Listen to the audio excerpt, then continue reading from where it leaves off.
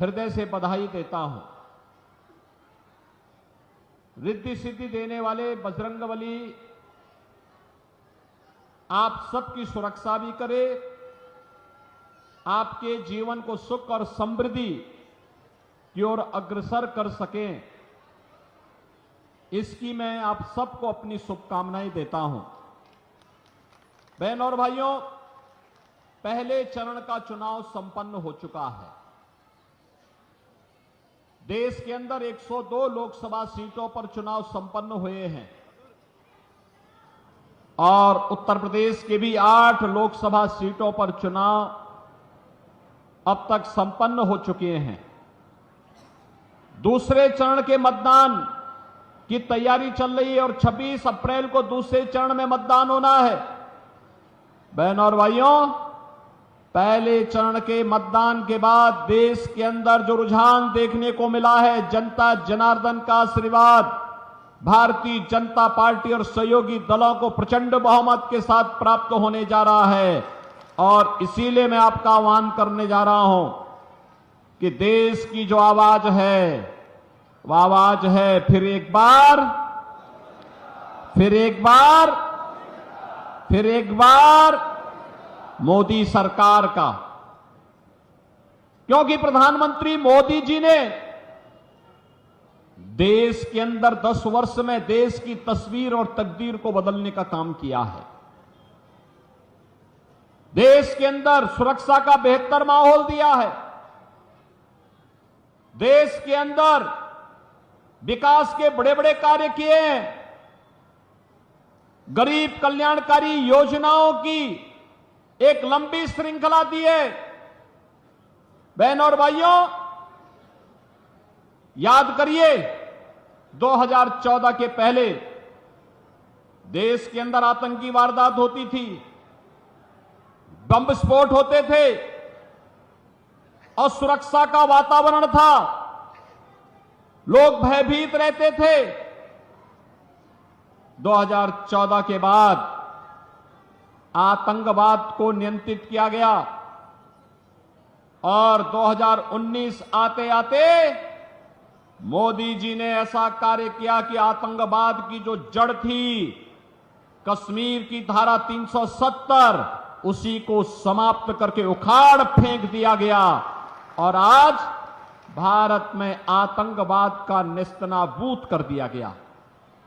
बहनों और भाइयों, अब तो कहीं पे जोर से पटाखे का धमाका होता है तो पाकिस्तान सफाई देता है कि नहीं नहीं, हमारा हाथ नहीं है, क्योंकि पाकिस्तान को डर है अगर गलती से भी भारत के अंदर आतंकी घटना को अंजाम दिया और किसी निर्दोष नागरिक की जान गई तो लेने के देने पड़ जाएंगे। बहनों और भाइयों, बिनु भय होई न प्रीति, यही है आज देश का दुश्मन भी भारत की ताकत का एहसास कर रहा है। ये किसके कारण? ये किसके कारण?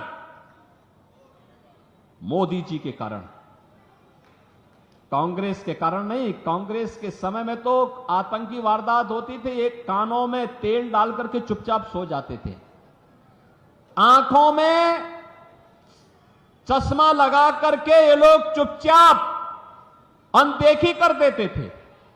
कहते थे हम देख रहे हैं, देख रहे हैं, देखेंगे। अनदेखी करते हुए भी कहते थे कि हम देख रहे हैं, देखेंगे, और आतंकी अपनी वारदात को आगे बढ़ाता था। और समाजवादी पार्टी तो उससे भी 2 कदम आगे बढ़ गई। इतनी बेशर्मी की इन्होंने, इतनी बेशर्मी की कि जिन लोगों ने अयोध्या में राम जन्मभूमि पर हमला किया था, जिन लोगों ने काशी में संकट मोचन मंदिर पर हमला किया था, उन आतंकवादियों के मुकदमों को समाजवादी पार्टी ने वापस लेने का दुस्साहस किया था। तो हम धन्यवाद देना चाहेंगे न्यायपालिका को कि इन्होंने समाजवादी पार्टी की इस मंशा को पूरा नहीं होने दिया। और उस समय कोर्ट ने तीखी टिप्पणी की थी समाजवादी पार्टी पर, समाजवादी पार्टी की सरकार पर। कहा था आज आतंकवादियों के मुकदमे वापस ले रहे हो और कल बड़ी बेशर्मी के साथ इन्हें पद्म पुरस्कार से नवाज करके देश की जनता की सुरक्षा के साथ खिलवाड़ करोगे, ये नहीं होने देगी न्यायपालिका। बहनों और भाइयों, ये लोग देश की सुरक्षा की क्या बात करेंगे? कौन सी सुरक्षा की लोग बात करना चाहते हैं? और यही बात विकास की मैं करना चाहता हूं। बहनों और भाइयों, हाईवे कैसे बनने चाहिए, अमरोहा से ज्यादा कौन जान सकता है? अमरोहा से दिल्ली की दूरी है मात्र 165 किलोमीटर और 14 के पहले 165 किलोमीटर की दूरी को तय करने में लगते थे 5 घंटे। मोदी जी के नेतृत्व में जब सरकार आई, आज यही दूरी मात्र 2 घंटे में तय होती है, मात्र 2 घंटे में। कांग्रेस आपके समय की कीमत को नहीं समझती थी। कांग्रेस आपकी सुविधा को नहीं समझती थी। कांग्रेस न रेलवे का विकास कर पाई, न हाईवे का विकास कर पाई, और आज तो हम अमरोहा जनपद को गंगा एक्सप्रेसवे के साथ जोड़ रहे हैं। अब दिल्ली जाना होगा तो 1.5 घंटे में, और लखनऊ जाना होगा तो 4 घंटे में, प्रयागराज जाना होगा तो 6 घंटे में आप प्रयागराज की दूरी भी पूरा कर सकते हैं। बहनों और भाइयों, गंगा एक्सप्रेसवे की एक सौगात भी इस जनपद को प्राप्त हो रही है।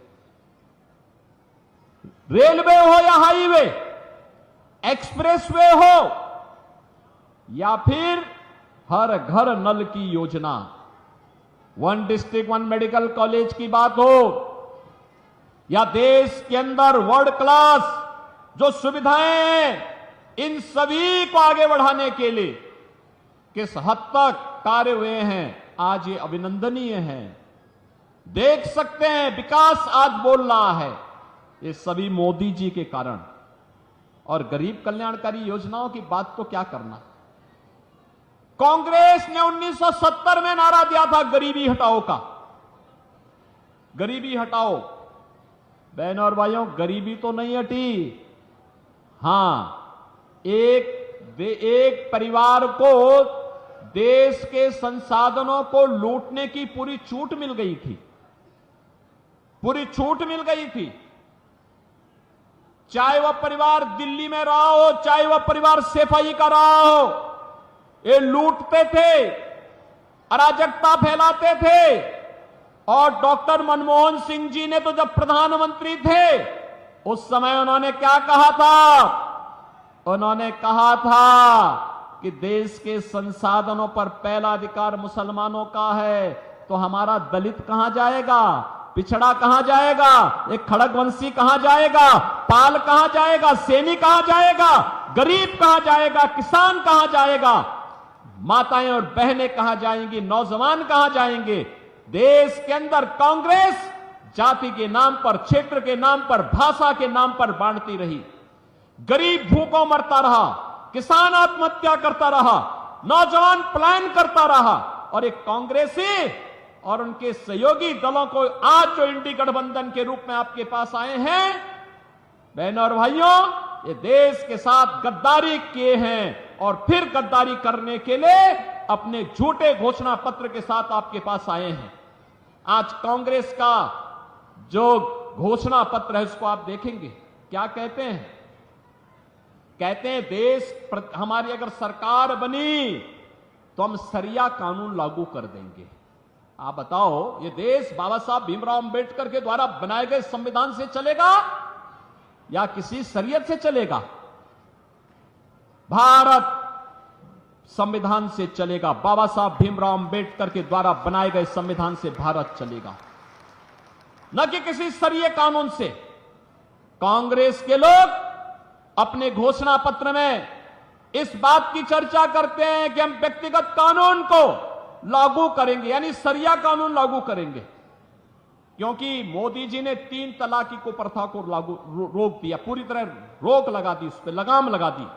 और उसको कहते हैं कि हम फिर से व्यक्तिगत कानून पुनर्बहाल करेंगे। ये लोग शरिया कानून लागू करेंगे और कहते हैं कि हम लोग जनता की प्रॉपर्टी को हत्या करके, ले करके, उसके माध्यम से फिर उसका बंदर बांट करेंगे। बहनों और भाइयों, क्या आप कांग्रेस और समाजवादी पार्टी को अपनी संपत्ति पर डकैती डालने की छूट देना चाहते हैं क्या? अरे आपके बाप दादों ने कमा करके संपत्ति रखी है, देखो ना इन बेशरमों की हालत। एक तरफ आपकी संपत्ति पर इनकी कुदृष्टि है और दूसरी तरफ माफिया और अपराधियों को अपने गले का हार बना करके कैसे उनके नाम पर फतिया पड़ रहे हैं, आपने देखा होगा इनके हाल को। देखा है ना, देखा है ना। और मैं यहां की जनता को तो धन्यवाद दूंगा। मैं 2017 में जब आया था यहां, इसी महेंद्र खड़गवंशी के प्रचार में मैं आया था, यहीं पे सभा हुई थी 2017 में भी और 2022 में भी। और बहनों और भाइयों, तब 2017 में मैंने कहा था, कबीरदास जी ने एक बार कहा था कि अपने पुत्र के बारे में उन्होंने कहा था कि उससे छुटकारा पाना चाहते थे। उन्होंने कहा कैसा पूत कमाल। और आपने भी कबीरदास जी के वचनों को अंगीकार करते हुए महेंद्र खड़गवंशी को यहां से विधायक बना करके भेजा, बना के भेजा ना 17 में, 22 में भी आया ना। और देखो उन्होंने यहां पर विकास के कार्यक्रमों को आगे बढ़ाया। विकास के कार्यक्रम, आश्रम पद्धति का विद्यालय हो, चीनी मिल के विस्तारीकरण का हो, और भी यहां के अन्य कार्यक्रमों को, विकास के कार्यक्रमों को लेकर के चल करके जो सपना कभी स्वर्गीय बाबू कल्याण सिंह जी का था, उस सपने को साकार करने के लिए महेंद्र खड़गवंशी चौधरी कंवर सिंह तंवर के साथ मिलकर के लगातार प्रयास करते रहे। बहनों और भाइयों, आप सोचो, सरदेव कल्याण सिंह जी की भावनाओं के अनुरूप आज अयोध्या में भगवान राम का भव्य मंदिर बन गया है। बन गया ना, अयोध्या में राम मंदिर का निर्माण हो गया ना। अब कोई संदेह है क्या? अभी भी कोई संदेह है किसी को? और आप सोचिए, जब कल्याण सिंह जी का देहांत हुआ तो समाजवादी पार्टी के लोग गए भी नहीं। अपमान क्या था इन्होंने स्वर्गीय कल्याण सिंह जी का। और इसीलिए आज मैं आपसे कहने के लिए आया हूं कि गरीबों के हकों पर डकैती डालने वाले, आज मोदी जी के शासनकाल में 80 करोड़ गरीबों को फ्री में राशन की सुविधा का लाभ मिल रहा है। क्या किसी का चेहरा देख करके राशन दिया जा रहा है? गरीब, दलित, वंचित, अति पिछड़ा, हर जाति का गरीब जो भी होगा उसको राशन मिल रहा है। और जो बचे होंगे उनके भी फॉर्म भरे जा रहे हैं। कहा जा रहा है इसके बाद 100% सैचुरेशन की तरफ हम लोग चलेंगे। सैचुरेशन के लक्ष्य को पूरा करने के लिए जो वंचित होगा सबको मिलेगा। 60 करोड़ गरीबों को 5 लाख रुपए की आयुष्मान भारत की सुविधा। और अब तो हमने ये भी व्यवस्था की है कि जिसके पास आयुष्मान भारत का कार्ड नहीं बन पाया, मेरे पास मेरा कोई विधायक, कोई पदाधिकारी या पीड़ित भी पत्र लिख देता है तो मैं उसके जनधन अकाउंट में सीधे लखनऊ से पैसा भेज देता हूं कि भाई उपचार करा लो, कोई समस्या नहीं, सरकार उनकी है। बहनों और भाइयों, मोदी जी ने 50 करोड़ गरीब परिवारों के जनधन अकाउंट खोल दिए। क्या कर रही थी कांग्रेस 60-65 वर्षों तक? समाजवादी पार्टी की 4-4 बार सरकार थी, क्या कर रहे थे लोग? मोदी जी ने 12 करोड़ परिवारों के घर में शौचालय बना दिए। 10 करोड़ गरीब महिलाओं को, 10 करोड़ परिवारों को रसोई गैस का फ्री में कनेक्शन उपलब्ध करवा दिया। 12 करोड़ गरीबों के घर में शौचालय बना दिए गए। 4 करोड़ गरीबों के मकान बनाए गए और कहा है भी 3 करोड़ और लोगों को मकान देंगे। 3 करोड़ अगले 5 वर्ष में, 3 करोड़ अन्य लोगों को। 3 करोड़ का मतलब 300 लाख। बहनों और भाइयों, यानी हर व्यक्ति अभी से मकान पाने के लिए जो वंचित रह गया उसको भी मकान मिलेगा, इसका आश्वासन मोदी जी ने दे दिया। यही मोदी की गारंटी है। 2.5 करोड़ घरों में बिजली का कनेक्शन पहुंच गया। मोदी जी को तो 10 ही साल हुए। ये कांग्रेसी क्या कर रहे थे 65 वर्षों तक? समाजवादी पार्टी को 4-4 बार मौका मिला। क्या कर रही थी समाजवादी पार्टी? बहुजन समाजवादी पार्टी को भी मौका मिला। क्या कर रहे थे ये लोग? केवल लूट करके अपने परिवार का भर रहे थे। इनको गरीबों की चिंता नहीं थी। इंदिरा गांधी ने जो नारा दिया गरीबी हटाओ का, पोता भी तोते की तरह वही रट रहा है कि गरीबी हटाओगे, हटाएंगे। और कट कैसे हटाएंगे? कह रहे हैं जो कि जिसकी संपत्ति होगी उसको हड़प लेंगे, फिर उसको हम लोग दूसरों को बांट देंगे, बंदर बांट कर देंगे। ये बंदर बांट इनका जो है ना, इसी के लिए हम लोग आए हैं कि आज जो मोदी जी करने में सफल हुए हैं, इसलिए सफल हुए हैं बहनों और भाइयों, क्योंकि मोदी जी को ताकत आपने दी है। 1 वोट की ताकत है। ये 1 वोट की ताकत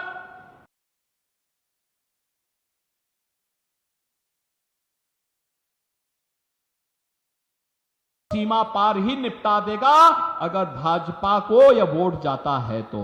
आज आप देख रहे हो ना, पाकिस्तान जो सफाई देता है वो एक ही सफाई देता है, कहता है कि भारत ने हमारे देश के सभी आतंकवादियों को एक एक करके चुन चुन करके मार दिया है। तो क्या आतंकवादियों की आरती उतारेंगे क्या? यही तो करना है हम लोगों को।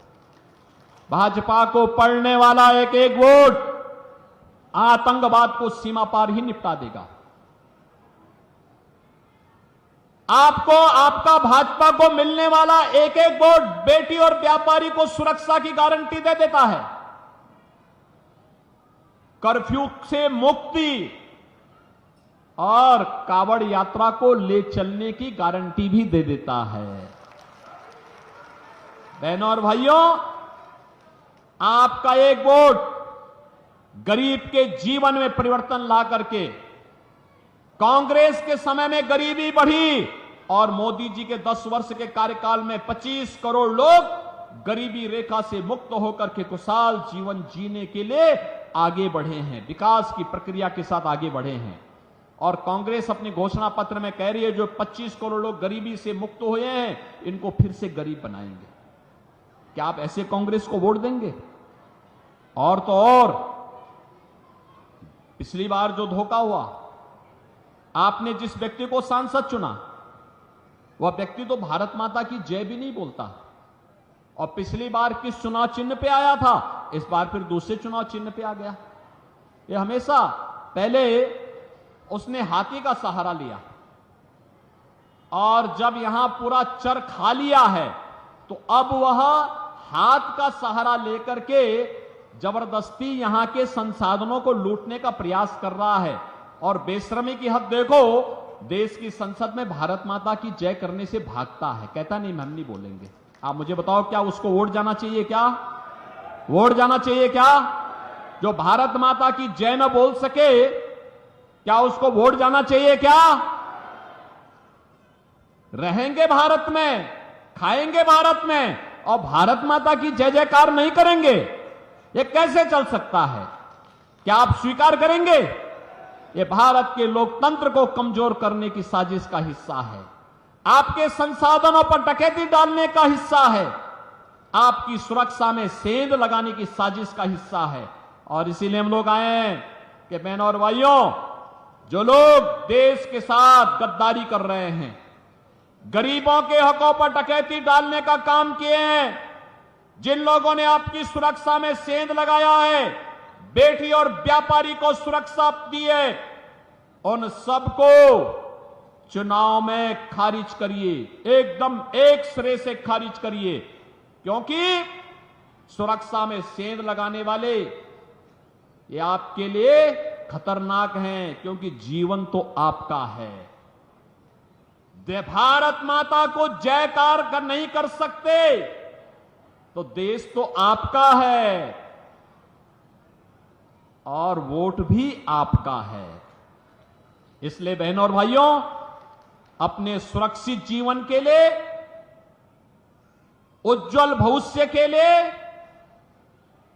भारत माता को दुनिया की सबसे बड़ी ताकत बनाने के लिए फिर से मोदी जी देश के प्रधानमंत्री बनने आवश्यक हैं। और जो भारत की प्रगति चाहते हैं, भारत की समृद्धि चाहते हैं, वे सभी लोग मोदी जी के समर्थन में हैं, सभी लोग समर्थन में हैं। आप भी यहां से चौधरी कंवर सिंह तंवर को पढ़ने वाला एक एक वोट बहनों और भाइयों, या एक एक वोट मोदी जी को पड़ेगा और विकसित भारत के लिए पड़ेगा। आप सहमत हैं? सहमत हैं? चौधरी कंवर सिंह तंवर को पढ़ने वाला कमल चुनाव चिन्ह पर एक एक वोट मोदी जी के खाते में जाएगा और विकसित भारत की आधारशिला बनेगा। आप भी सहमत हैं इससे?